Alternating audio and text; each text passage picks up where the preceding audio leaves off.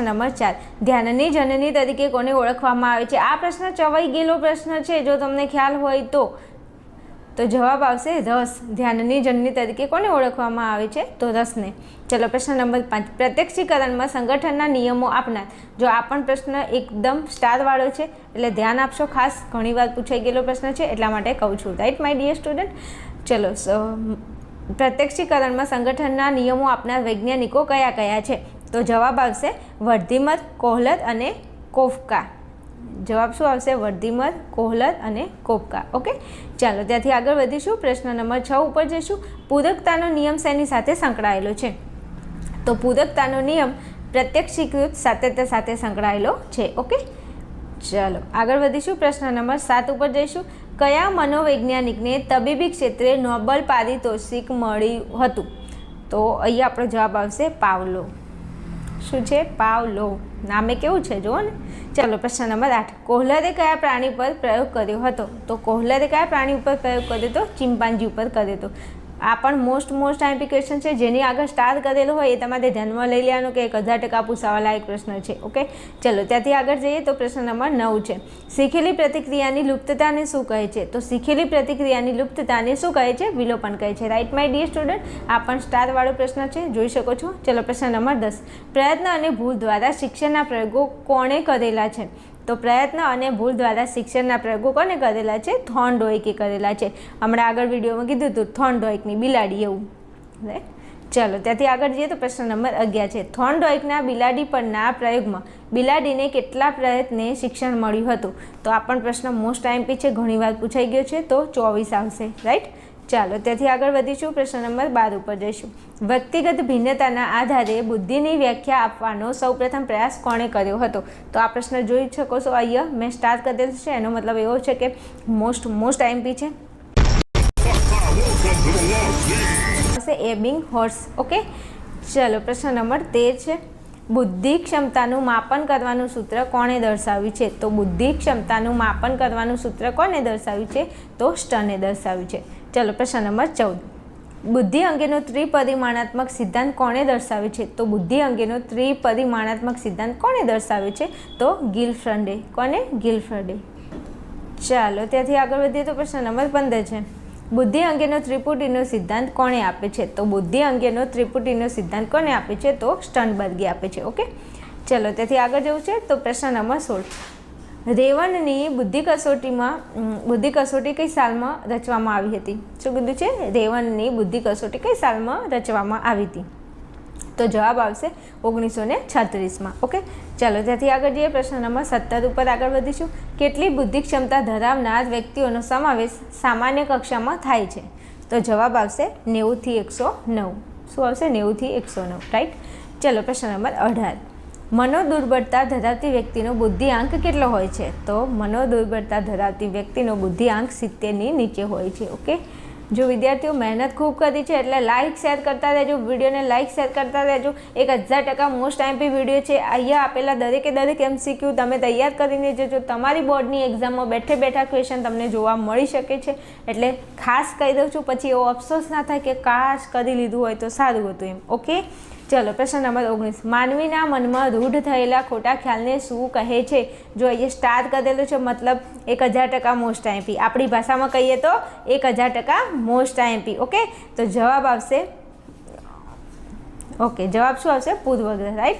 मानवीना मनमा रूढ़ थयेला खोटा ख्यालने शुं कहे छे? पूर्वग्रह कहे छे। ओके, चलो प्रश्न नंबर 20 मनोशारीरिक वर्तननी मानसिक तत्परता एटले शुं? आ पण स्टार वाळो प्रश्न छे, एनो मतलब एवो छे के मोस्ट आईएमपी छे, 1000% most IMP, right my dear student. Okay, तो मनोशारीरिक वर्तननी मानसिक तत्परता एटले शुं? तो अहींया आपणो जवाब आवशे मनोवलन। ओके, जवाब शुं आवशे? मनोवलन। चालो त्याथी आगळ वधवुं छे। प्रश्न नंबर 21 उपर जवुं छे। सामाजिक रीति रिवाजों मूल्यों रहणी केरणी अने विचारसरणी आत्मसाक्षात्कार करवानी प्रतिक्रिया एटले शुं?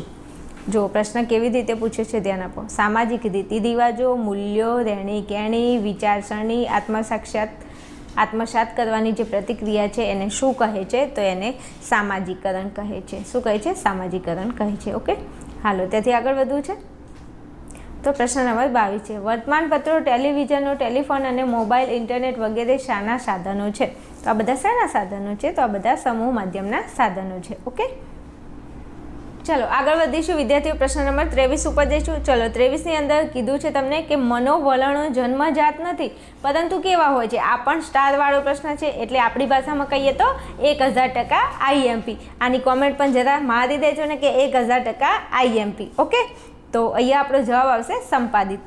ચાલો આગળ જવું છે. પ્રશ્ન નંબર 24 ઉપર આગળ વધીશું. તો પ્રશ્ન નંબર 24માં આંતરિક સહજ પ્રતિક્રિયા કઈ છે? તો આંતરિક સહજ પ્રતિક્રિયા છે રડવું. કોઈ તમને થોડું બોલે ને તો એકચ્યુઅલી રડવાનું આવી જાય. આવું ઘરમાં આપણે કરતા, આપણે મમ્મી પપ્પા કંઈ બોલે ને તો આપણને ફટાફટ રોવાનું આવી જાય એમ. એટલે થોડું આમ મજબૂત રહેવાનું. હો હા, તો જો અહીંયા સ્ટાર છે એટલે મતલબ 1000% IMP આપણી ભાષામાં. ઓકે, ચલો પ્રશ્ન નંબર 25 માનવજાતને ભારતની અપ્રતિમ ભેટ કઈ છે? આ પણ પ્રશ્ન ચવાઈ ગયેલો છે. જો યાદ હોય તો, ખબર હોય તો શું આવશે? ધ્યાન અને યોગ. માનવજાતને ભારતની અપ્રતિમ ભેટ કઈ છે? તો ધ્યાન અને યોગ. ઓકે માય ડિયર સ્ટુડન્ટ, ચલો આગળ વધવું છે. પ્રશ્ન નંબર 26 ઉપર જઈશું. તો વોલ્ટર કેનને શારીરિક પ્રતિક્રિયાનું મોડેલ ક્યારે રજૂ કર્યું હતું? તો જવાબ આવશે 1920માં રજૂ કર્યું હતું.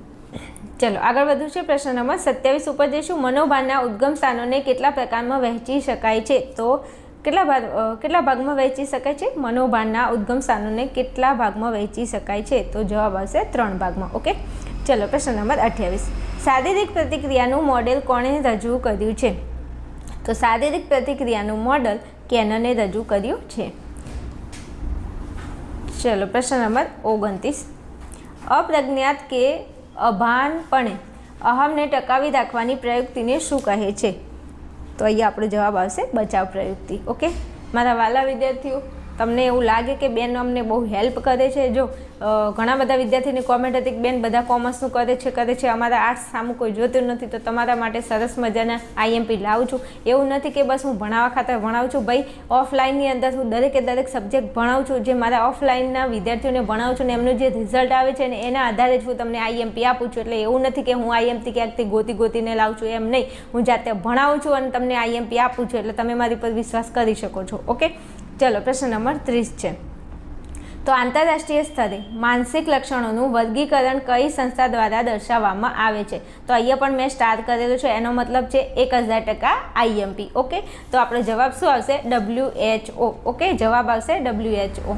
मेरा बेटा 6th क्लास में है और पिछले टर्म में છે. તો પ્રશ્ન નંબર 31 ઉપર જવું છે. કયું ઉપતંત્ર સુખના સિદ્ધાંતને અનુસરે છે? તો જવાબ આવશે નિમ્ન અહમ. ઓકે, ચલો પ્રશ્ન નંબર 32 મસ્તિષ્ક વિકાર સાથે સંબંધિત મનોવિકૃતિ કઈ છે? તો અહીંયા જવાબ આવશે અલ્ઝાઇમર. શું આવશે? અલ્ઝાઇમર. ચલો પ્રશ્ન નંબર 33 હિમશિલાનું ઉદાહરણ કયા ખ્યાલ સાથે સંબંધિત છે? શું કીધું છે? હિમશિલાનું ઉદાહરણ કયા ખ્યાલ સાથે સંબંધિત છે? તો ચેતન અને અચેતન મન સાથે સંબંધિત છે. ચલો પ્રશ્ન નંબર 34 અંગ્રેજી ભાષાનો કયો શબ્દ સલાહના અર્થમાં વપરાય છે? અંગ્રેજી ભાષાનો કયો શબ્દ સલાહના અર્થમાં વપરાય છે? તો અહીંયા આપણો જવાબ આવશે કાઉન્સેલિંગ. શું આવશે? કાઉન્સેલિંગ. એકચ્યુઅલી છે ને કોઈને સલાહ અપાય જેવી હોય ને એને અપાય, બાકી કોઈને સલાહ ના અપાય અત્યારના જમાનામાં. એવું છે, તમે બધાએ સાંભળ્યું હશે. હા, ચલો પ્રશ્ન નંબર 35 મહર્ષિ મહેશ યોગી દ્વારા કયા ધ્યાનનો પ્રસાર થયો છે? તો મહર્ષિ મહેશ યોગી દ્વારા ભાવાતીત ધ્યાનનો પ્રસાર થયો છે. ઓકે, ચલો પ્રશ્ન નંબર 36 મુક્ત સાહચર્ય પદ્ધતિ કોણે આપી છે? તો મુક્ત સાહચર્ય પદ્ધતિ ફ્રોઈડે આપી છે. કોને? ફ્રોઈડે આપી છે. પ્રશ્ન નંબર 37 અસરકારક સલાહના લક્ષણો નીચેનામાંથી કોણે દર્શાવ્યા છે? તો અહીંયા સ્ટાર છે, મતલબ 1000% મોસ્ટ IMP. તો અહીંયા આવશે પેટરસન. ચાલો પછી પ્રશ્ન નંબર 38 મનોવિશ્લેષણાત્મક અભિગમ સાથે કોનું નામ જોડાયેલું છે? તો જવાબ આવશે ફ્રોઈડનું નામ જોડાયેલું છે. મનોવિશ્લેષણાત્મક અભિગમ સાથે ફ્રોઈડનું નામ જોડાયેલું છે. ચાલો પ્રશ્ન નંબર 39 કયા મનોવૈજ્ઞાનિકે પર્યાવરણના અભિગમને 5 તંત્રના ખ્યાલ દ્વારા સમજાવ્યો છે? તો કયા એવા મનોવૈજ્ઞાનિક હતા જેને પર્યાવરણના અભિગમને 5 તંત્રના ખ્યાલ સાથે સમજાવ્યા હતા? તો બ્રોનફ્રેન બેનરે. ચલો પ્રશ્ન નંબર 40 સંઘની ભાવના શેમાં વધારે જોવા મળે છે? તો સંઘની ભાવના ગીચતામાં વધારે જોવા મળે છે. શેમાં? ગીચતામાં.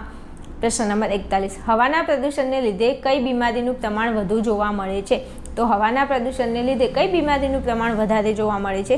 તો હવાથી શું થાય છે? શ્વસન તંત્રના રોગો થાય છે. હવા દૂષિત હોય પછી આપણે શ્વાસ લઈએ, શ્વાસોશ્વાસની ક્રિયા થાય, તેના લીધે આપણું શ્વસન તંત્રને અસર થાય છે. ચલો પ્રશ્ન નંબર 42. પર્યાવરણની મોટા ભાગની સમસ્યાઓ કેવી છે? તો પર્યાવરણની મોટા ભાગની સમસ્યાઓ કેવી છે? માનવ સર્જિત છે. સાચી વાત. મનુષ્ય બધું પ્રદૂષણ કરે ને એના કારણે શું થાય? પર્યાવરણ દૂષિત થાય. તો પર્યાવરણની જે સમસ્યાઓ સર્જાય છે એનું કારણ સૌથી મોટામાં મોટું કોણ છે? માનવ સર્જિત જે પ્રવૃત્તિઓ થાય છે એના કારણે. ચલો પ્રશ્ન નંબર 43. કયા મનોવૈજ્ઞાનિકે વ્યક્તિ અને પર્યાવરણ વચ્ચેના સંબંધને સ્પષ્ટ કરવા માટે જીવન અવકાશનો ખ્યાલ આપ્યો છે?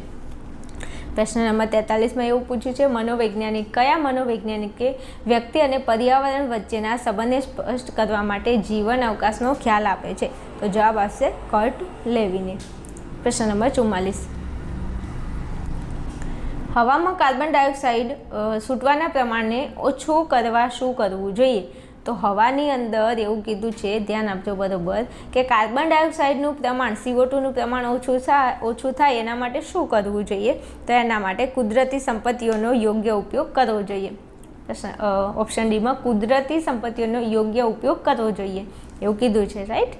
ચલો પ્રશ્ન નંબર 45. રેફ્રિજરેટરમાં કયા વાયુનો ઉપયોગ થાય છે? તો આ તો 10 star most IMP 1000% most IMP question છે, રાઈટ. તો રેફ્રિજરેટરમાં ક્લોરોફ્લોરોકાર્બન CFC ક્લોરોફ્લોરોકાર્બનનો ઉપયોગ થાય છે રેફ્રિજરેટરમાં. મોસ્ટ એપ્લિકેશન છે હો ભાઈ. ચાલો પછી આગળ વધુ છે. પ્રશ્ન નંબર 46. નીચેનામાંથી કયું સંસ્થાનું લક્ષણ નથી? શું કીધું છે? નીચેનામાંથી કયું સંસ્થાનું લક્ષણ નથી? તો જવાબ આવશે સેવાનો અભાવ. ઓકે. એ વિડીયોને લાઇક શેર કરતા રહેજો, કોમેન્ટ કરતા રહેજો, બધા જાગતા રહેજો, લાઇક શેર કરતા રહેજો ને કોમેન્ટ કરતા રહેજો. ચલો પ્રશ્ન નંબર 47. ઈચ્છિત પ્રવૃત્તિને પ્રબળ કરે તેને શું કહેવાય છે? તો અહીંયા સ્ટારવાળો પ્રશ્ન છે, મતલબ 1000% મોસ્ટ આઈએમપી. તો અહીંયા જવાબ આવશે પ્રબલન. ઈચ્છિત પ્રવૃત્તિને પ્રબળ કરે તેને શું કહેવાય છે? તો પ્રબલન કહે છે, રાઈટ. ચાલો પ્રશ્ન નંબર 48 છે ને? હા, પ્રશ્ન નંબર 48. કર્મચારીની પસંદગી માટેની પદ્ધતિઓમાં નીચેનામાંથી કોનો સમાવેશ થતો નથી? શું કીધું છે? કર્મચારીની પસંદગી માટેની પદ્ધતિઓમાં નીચેનામાંથી કોનો સમાવેશ થતો નથી? તો લાગવગ કે ભલામણનો? ટેબલ નીચેથી જે પૈસા આપો ને એને લાગવગ કહેવાય, રાઈટ માય ડિયર સ્ટુડન્ટ. તો કર્મચારીની પસંદગી કરવી હોય તો એનો સમાવેશ થતો નથી એકચ્યુઅલી. ચલો પછી છે પ્રશ્ન 49. દ્વારા વિજ્ઞાપનનો ફેલાવો થાય તેને વિજ્ઞાપન શું કહેવાય? વિજ્ઞાપનનું શું કહેવાય છે? તો તેને વિજ્ઞાપનનું માધ્યમ કહે છે. શું કહે છે? માધ્યમ કહે છે. ચલો આગળ જઈએ. પ્રશ્ન નંબર 50. જેમાં એક જ વ્યક્તિ વ્યવસ્થાપક અને માલિક બંને હોય તેવી સંરચના એટલે શું? તો જેમાં એક જ વ્યક્તિ વ્યવસ્થાપક અને માલિક બને તેવી સંરચનાને શું કહે છે? તો તેવી સંરચનાને સરળ સંરચના કહે છે. પ્રશ્ન નંબર 51. 2 અથવા 2થી વધુ વ્યક્તિઓ વચ્ચેની, જો અહીંયા આ પ્રશ્ન અહીંયા થઈ ગયું છે કહેવાનું, આ 10 સ્ટાર પ્રશ્ન છે, મતલબ 1000% મોસ્ટ આઈએમપી. ચલો પ્રશ્ન નંબર 51માં 2 અથવા 2થી વધુ વ્યક્તિઓ વચ્ચેની મોઢામોઢની વાતચીત એટલે શું? તો 2 વ્યક્તિઓ આમને સામને ફેસ ટુ ફેસ આમને સામને વાત કરતી હોય, ફેસ ટુ ફેસ વાત કરતી હોય, વાતચીત કરતી હોય તો એને શું કહેવાય? તો નહીં કહેતા પ્લીઝ એકવાર તું મારી મુલાકાત કરને, અથવા તો આપણે કોઈને નહીં વિનંતી કરતા એકવાર મને મુલાકાત કરવા દો ને પ્લીઝ. તો અહીંયા આપણો જવાબ હશે મુલાકાત. એક મુલાકાત જરૂરી હૈ સનમ. હવે મજા આવે છે.